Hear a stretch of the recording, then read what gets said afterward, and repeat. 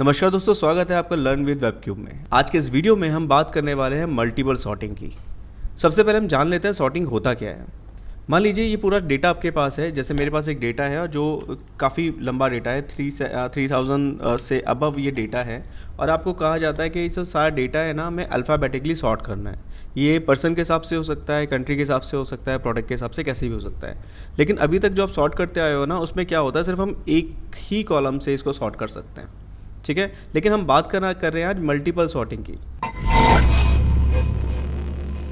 सबसे पहले हम बात कर लेते हैं सॉर्टिंग की। सॉर्टिंग जब हम करते हैं तो यहाँ हमारे पास होम टैब के ऊपर ऑप्शन आता है सॉर्ट एंड फिल्टर का। हम सिंपली यहाँ पर क्लिक करते हैं और यहाँ कस्टम सॉर्ट या फिर सॉर्ट A to Z इसको क्लिक कर देते हैं। इसके करने से हमारे पास ये ऑप्शन हमारे पास पॉपअप आता है जिसमें हमें बोलता है कि आपने जो एरिया सेलेक्ट किया हुआ है वो सिर्फ एक ही कॉलम है।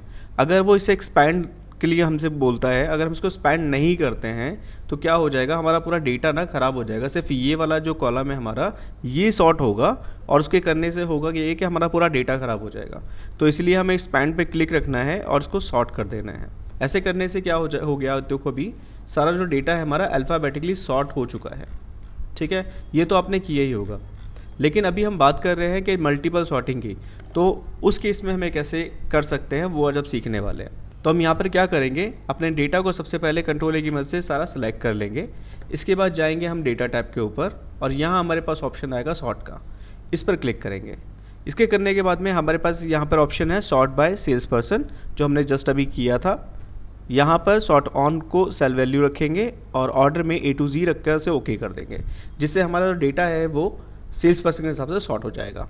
अगला सॉर्ट लगाने के लिए हम क्या करेंगे, यहाँ से फिर से सॉर्ट पे क्लिक करेंगे। ऊपर हमारे पास एक ऑप्शन आएगा ऐड लेबल।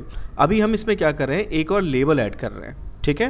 पहला सॉर्ट हमने किया था सेल्स पर्सन के हिसाब से और अब हम सॉर्ट करेंगे इसको कंट्री के हिसाब से। ऐसे सेम सेल्स वैल्यू को रखेंगे और यहाँ से A to Z करके ओके कर देंगे। अब हम देखते क्या है, हमारे पास जो डेटा है वो सॉर्ट हो चुका है। ये हमारा पहला सेल्स पर्सन के हिसाब से लेके चलेगा, साथ में यहाँ पर कंट्री के हिसाब से आ रहा है। जितना होगा पहले सेल्स पर्सन के हिसाब से सारा निकल जाएगा।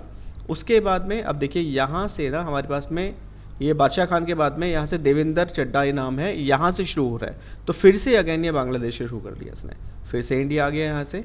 फिर अगला कोई नाम यहाँ से मिलेगा जब हमें,